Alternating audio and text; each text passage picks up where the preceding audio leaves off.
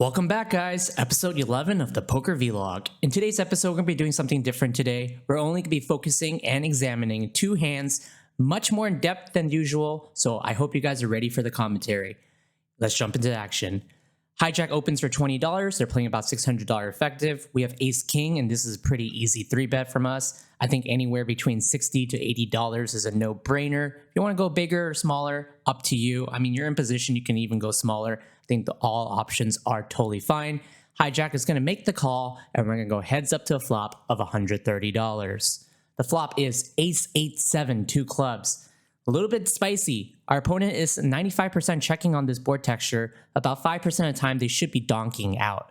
Now, what hands our opponent should be donking with? Well, it's like pocket sevens, pocket eights, two pairs. 13% of the time, it's going to be donking about pocket sevens. Like 10% of the time, it's going to be donking something like pocket eights. And then if you're going to be donking with your value, then you also need to have bluffs in there, which is also balanced out with like 10-9 suited and like, lower frequencies of gut shots like 6-5 as well. Not 6-5. 6-5 is open ender, but you get the point. Ace King off to us after our opponent checks, which they do, has a lot of options of betting. It's about 70% betting of different scales, and you can check about almost 30% of the time. But I'm going to go for the 1/3 sizing, bet $45 into 130, I believe. And this is our opponent's check raising range. There's sets of 8s, sets of 7s, two pairs, 8-7s, right? So the hands that they could donk lead 5% of the time with, they would also check raise way more often. Anyways, our opponent makes the call, and the turn now is a 6 of diamond, bringing the pot to $220. This is a pretty spicy turn. Our opponent checks to us. Now we have to start asking ourselves, well, how good is this turn card? It's pretty bad. Our opponent's going to have straights because our opponent on the flop is going to call about 38% of the time with the 10-9 and check raise the other percentage. Now, if our opponent called with the 10-9, they don't ever donk lead this turn, ever. They kind of play in flow because his overall range is like 95% checking this turn, right? Now, this is our range once our opponent checks to us. It's a lot of value, right? We have a lot of ace-x, ace-queen, ace-king, ace-jack. We're going to bet those, and then like our queen-jacks, our pocket queens, pocket kings, and our bluffs are probably just checking back here as well. Now, ace-king off specifically is about 30% checking here, which means 70% of the time we should be betting ace-king here, even though it's a pretty scary turn. Ace-king with ace of heart, king of spades, still betting, about 2% less, probably has to do something with the suits. But with all things said and done, we should be betting here about 70% of the time. Unfortunately for me, I don't really follow it. I don't know if I should say unfortunately, but I just felt that if I'm betting this turn, then I'm basically betting every turn, which I guess is fine because we have top pair, top kick, very strong hand, and maybe it is fine to almost bet every turn that isn't like a club, right? So I felt like, well, if I'm betting on a 6, then I'm basically betting every card, and I just didn't want to do that.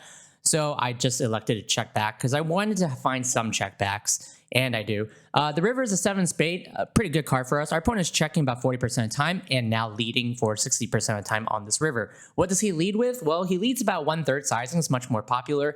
It's going to be basically be ace-queen plus hands. Like every hand that's better than ace-queen is going to lead for 1/3. And then the hands weaker but still have some value and some bluffs will be ace-jack suited or less, which will bet about 10% pot. So in this case, it would technically be like $20 or $30. And our opponent's checking range is basically all these hands. So if you notice, they're going to check ace-10 suited, they're going to check ace-5 suited, and they're also just going to give up like a ton of bluffs like king-jack. Now, this is our range. We have ace-jack off, we have ace-jack suited, and some ace-5, ace-4. So the reason why our opponent donk bets 10% with ace-jack suited is to target our ace-5, ace-4. And I don't think we have ace-10, but occasionally I guess we can show up with ace-10. This is our actual value that we were betting with. A lot of ace-x. Ace-king here now is betting 1.5 pot.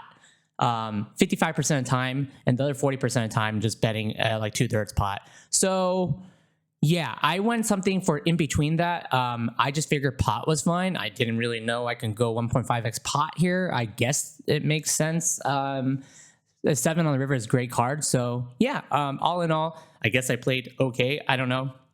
Although Solver wanted me to bet the turn, but I guess 30% is a reasonable frequency for me to oblige to check. On to this next hand, we have pocket 10s. We open for $15, and our opponent with $180 stack 3-bets us. This is less like Solver, and this is just more intuition, I feel, and I think it was a good mix.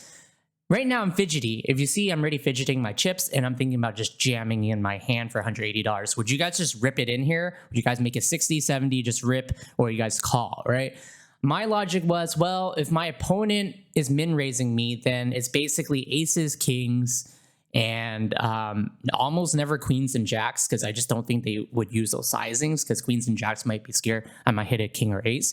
So if it's aces and kings and then the pot builders, ace king, ace queen, ace jack, maybe ace jack, these 5 hands, then if I jam my pocket tens, other than ace jack, I think all the other 4 hands are basically always calling off anyways. So I have no fold equity.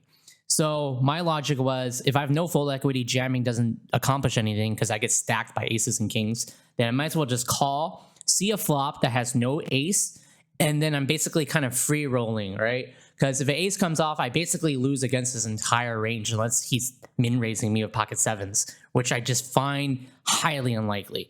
Now, it could backfire me if he is, but I make the call. Flop is 4-4 deuce. I check. He snap jams 2x pot for like 150 or 2.5x pot. I call off. Turn is, I think, an 8. River is a 6. So 4-4 deuce 8-6. He shows ace queen off, and I have pocket tens. If you guys like what you see, what you hear, please be sure to subscribe, and I'll see you guys next week, hopefully. Thanks for